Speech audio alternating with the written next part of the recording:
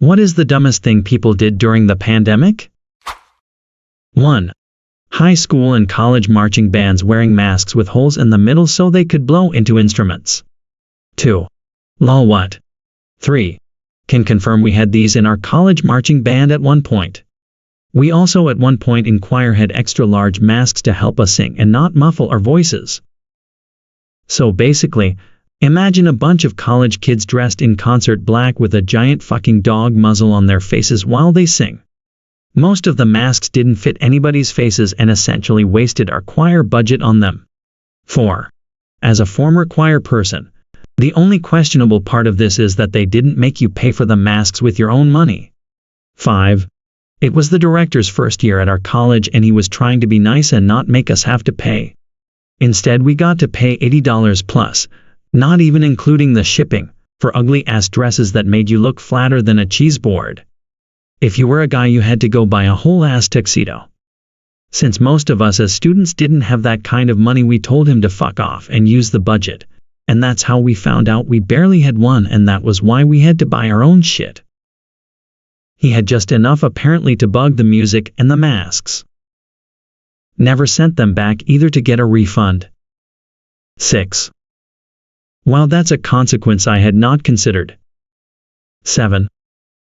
Referees in the Japanese basketball leagues wore masks with small pockets that could fit whistles. 8.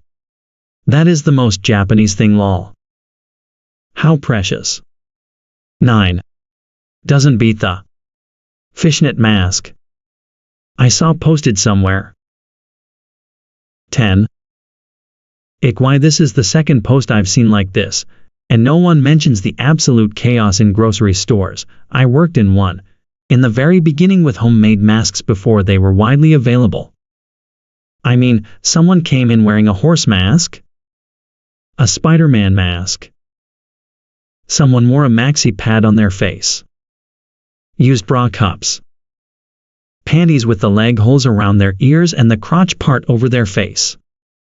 Plastic grocery bags. Paper towel and rubber bands. Beekeeper hats with the shield over their face. Full-on scuba gear, including flippers, wetsuit, and snorkel. Like, how is that gonna protect you? Hazmat suits. Fishing gear, hats, and galoshes. Gas masks. Those viral inflatable T-Rex costumes. It was wild.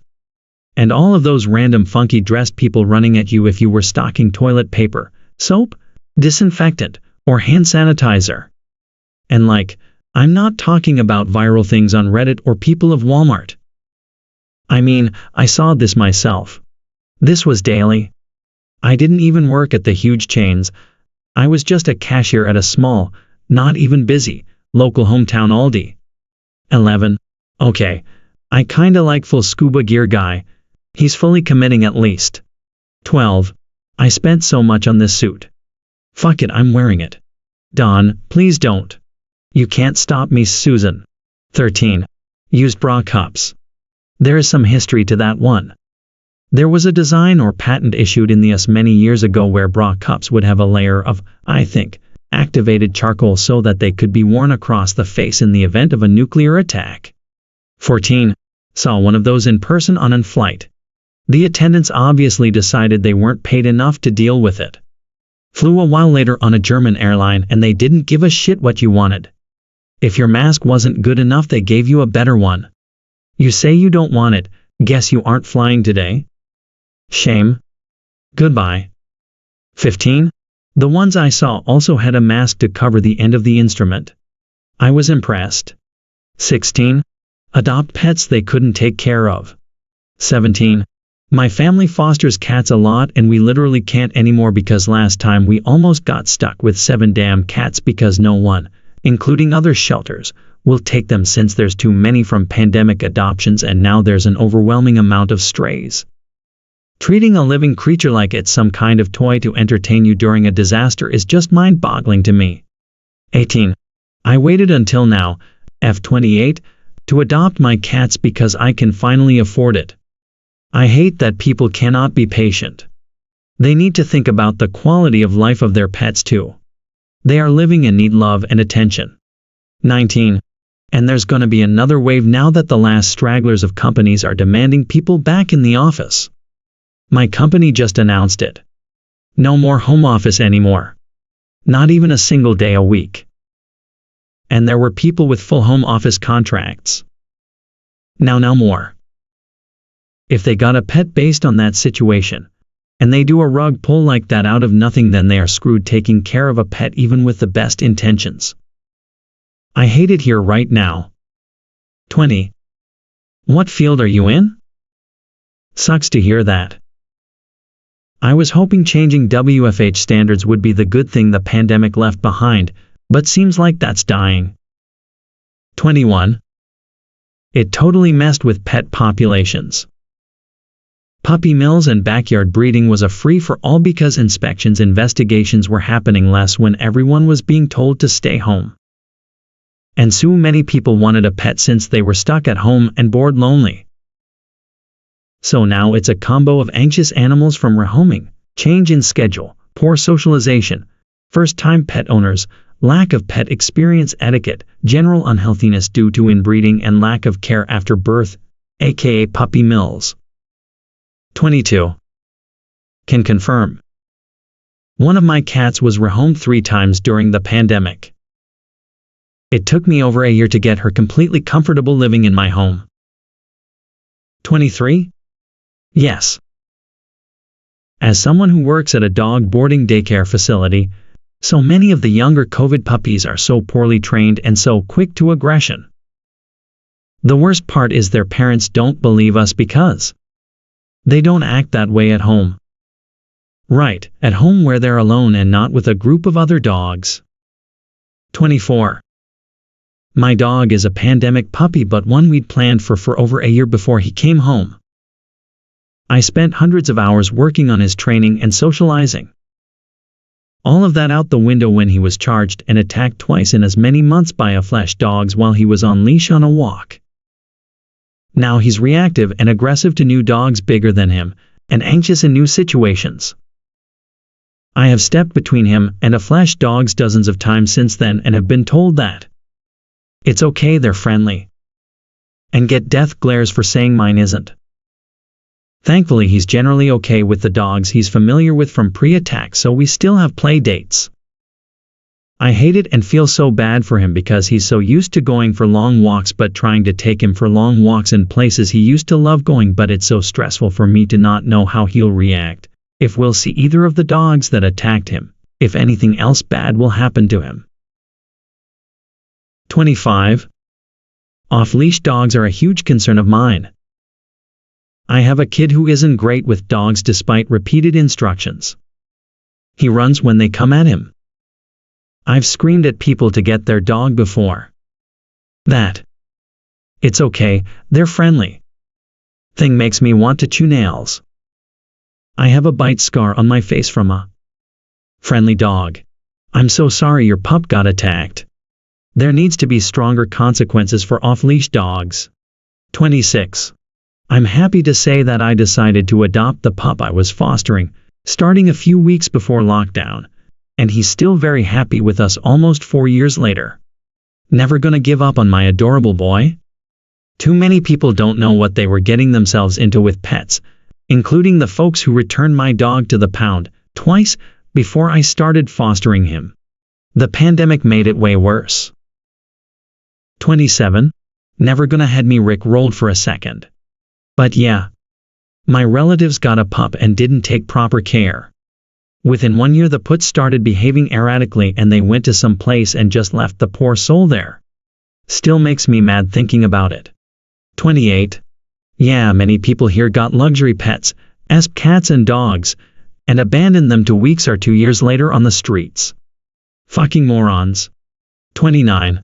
A pet is for a lifetime, not just for a pandemic. 30.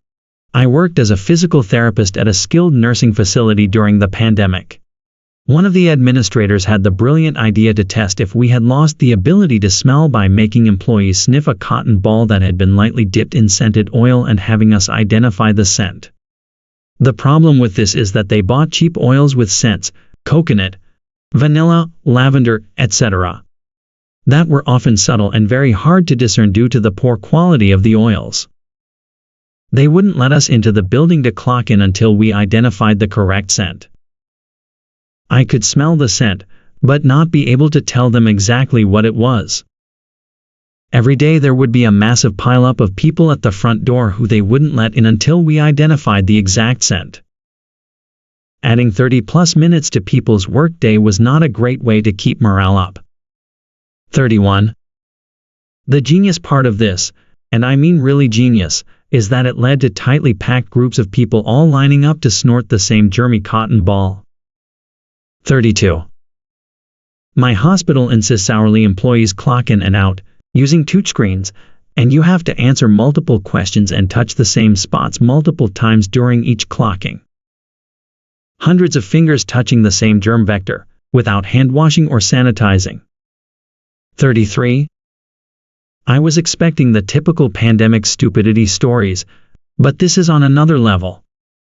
34. I had COVID. Never lost my sense of smell. 35. That is really stupid. A really great source of strong smells are good tea bags, especially smells like peppermint, for a tiny fraction of the price and easy to use. 36. I'll never forget how the moment the powers that be allowed it, administrators changed their stance from "Don't come back until you're symptom-free and no fewer than 5 days after your positive test," to "Wheel your ventilator inside, puff puff pass with your nearest coworker," right back to cannon fodder the moment they could. 37. In Australia, people were allowed to draw on their retirement savings to buy shit like TVs. That's got to be up there. 38. I really hate that I withdrew some super, but I was unemployed and desperate.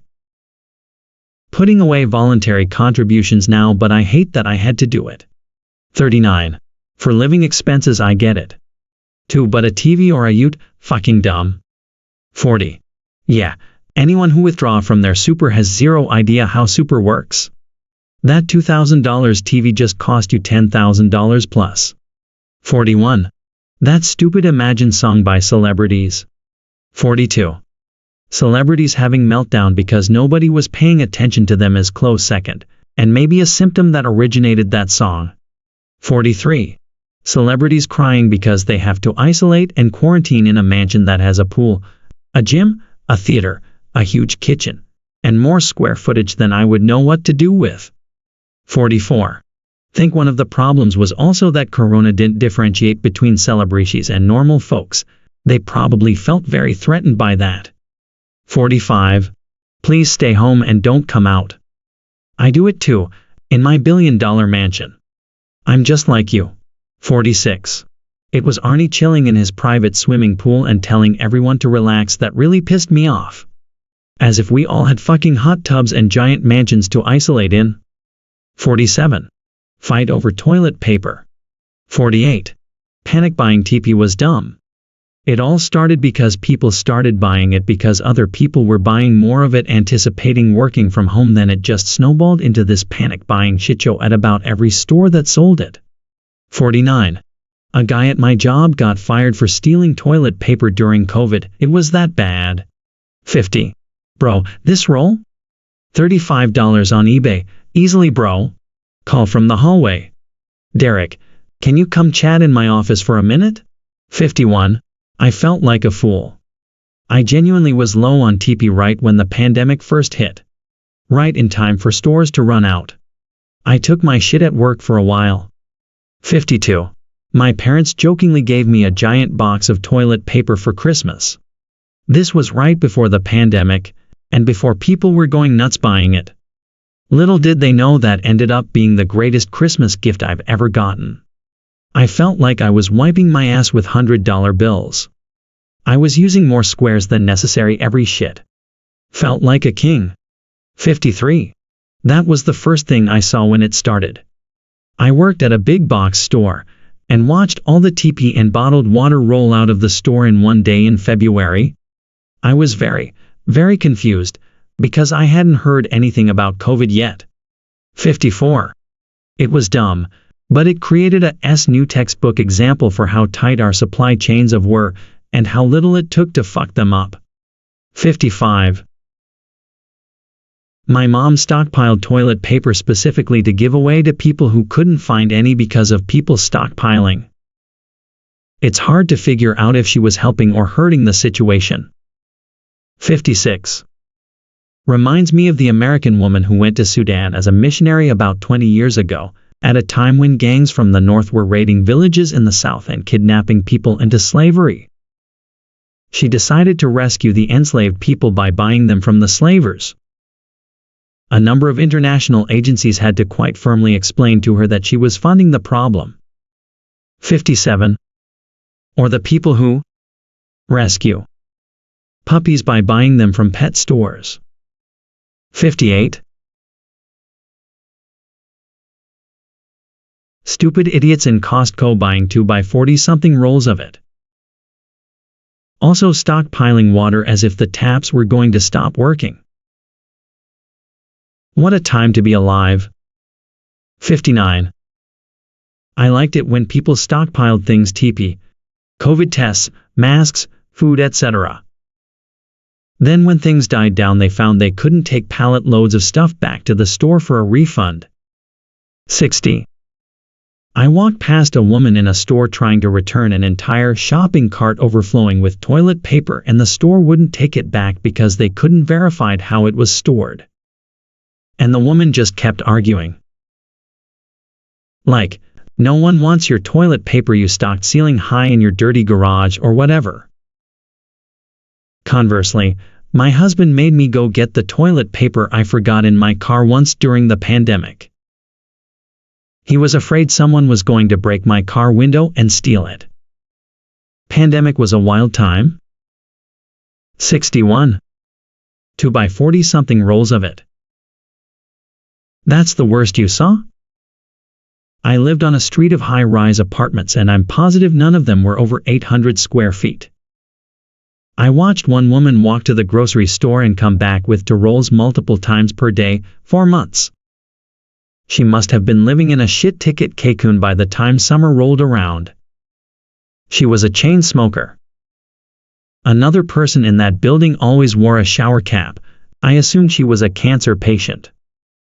In the peak of shelter in place, I watched her deliberately sneeze into her hands and rub snot on the handles of the door of the building across the street. I bought a house in the country not long after that. 62. I installed 2 bidets during COVID. So glad I did, even without TP shortages. 63. I traded a bunch of weed with a friend for some because we were genuinely running out. I had to show up at a Target at 6 a.m. and be let inside to buy 1 pack of 12 rolls. Fucking a holes buying up like the work's gonna end. 64. Shutting down the outdoor parks was incredibly short-sighted. Fresh air and exercise was badly needed, especially for folks in apartments. 65.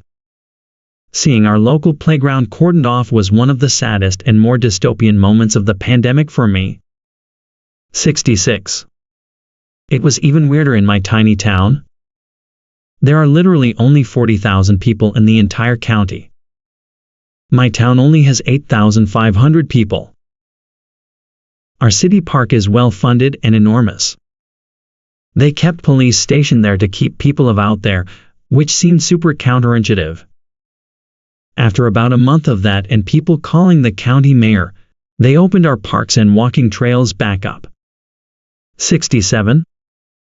Force all the smaller stores to close, but not the bigger stores that sell the exact same things, effectively concentrating more people in a more crowded area. 68. Yup. Small mom and pop stores selling pens or something had to close, but fucking corporate stores stayed open because essentials. You could stay open if they sold something like reading glasses or say snacks, so they started adding that to their inventory. 69. In Wales they enforced the restriction on what was classed as essential and non-essential, then insisted that the large supermarkets block off the aisles which had the non-essential items in. For extra hilarity, this included closing off the clothing section, which included the back to school range of kids' school clothing just before the start of a new school year, as of course, they reopened the schools. 70. Set a load of rules about not having a party, then get caught having a party, and try to deny it in front of Parliament. 71. The Greek PM won that one. Banned parties, threw a cocktail party, got spotted at said cocktail party, got protested by dozens of angry citizens within the hour, deployed militarized police helicopters to disperse the crowd, asked the EU for permission to temporarily suspend the Greek constitution. 72. You want to talk about politicians doing shady shit? The Australian PM secretly gave himself discretionary powers over something like 9 ministerial portfolios in the middle of the pandemic.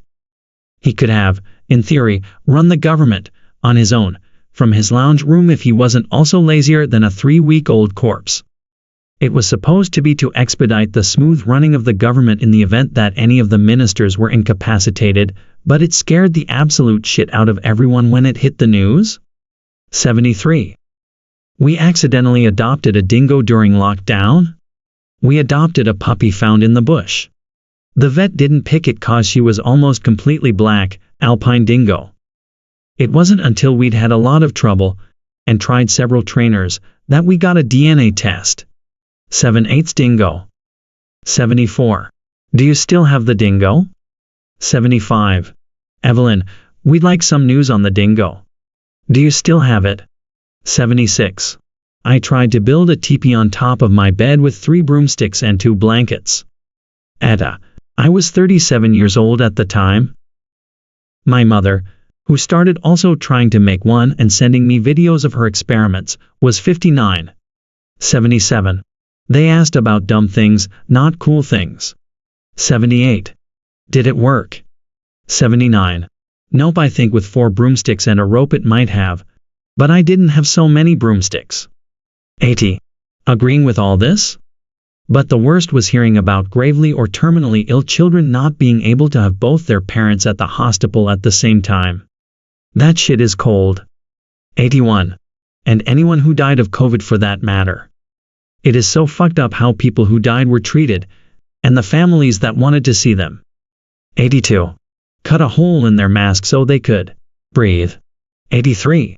Similarly, going to the effort of wearing a mask but then having your nose sticking out. 84. Or wearing it round your chin, just fucking wear it or don't wear it. Have the courage of your convictions. 85. Me. I try to drink or put food in my mouth before removing my mask. 86. Sometimes I didn't think about what I ate. One time for my lunch break at work, I went to a grocery store and saw some garlic parm chips. Yay, smelling my own garlic breath for the rest of my shift was fun. 87. Assault random Asian people.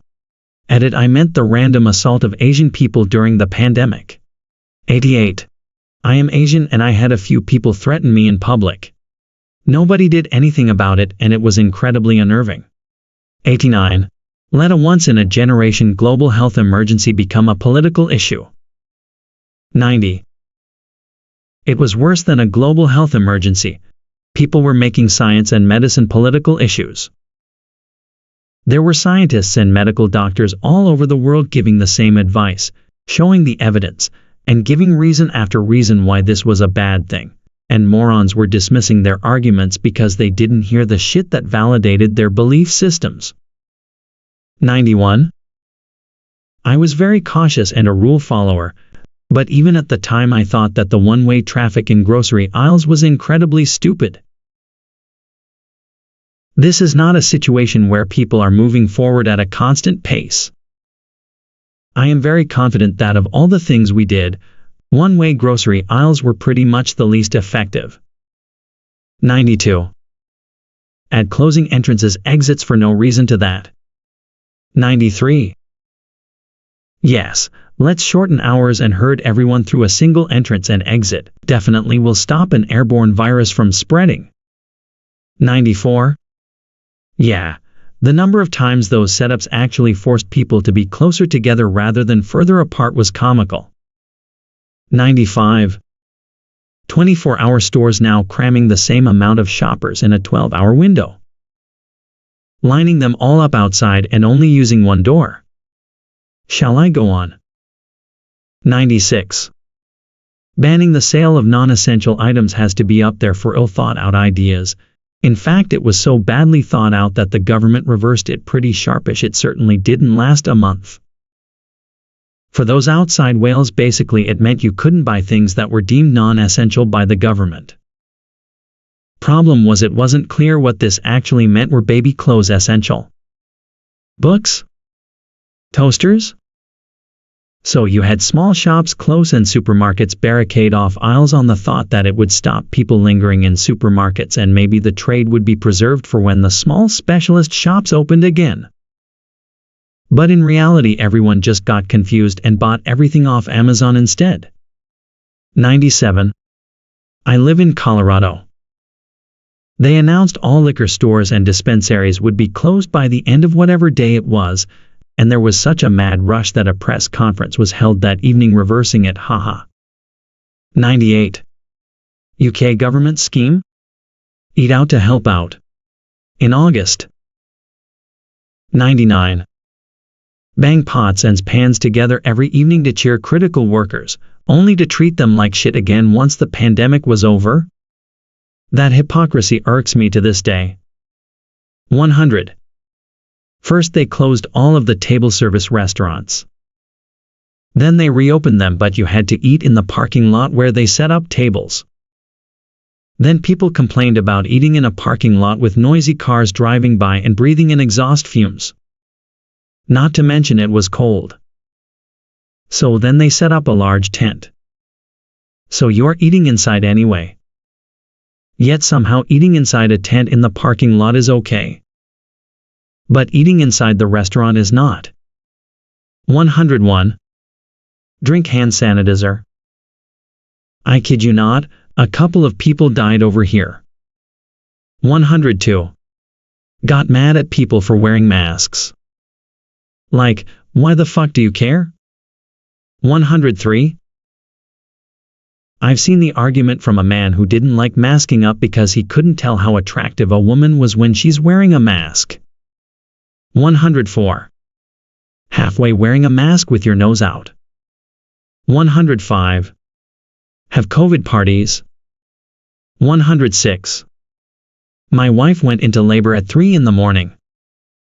When we showed up to the hospital with our 3-year-old, they told us he wasn't allowed in the hospital.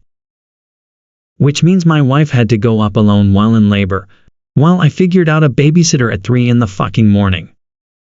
Managed to get my cousin out of bed, and got back to the hospital before she gave birth, but honestly, WTF. My cousin was literally the only family I have in the state. Edit. To clarify, it was a planned C-section, so he wouldn't have been in the room during the craziness. He would have just stayed in the room that everyone goes to afterwards.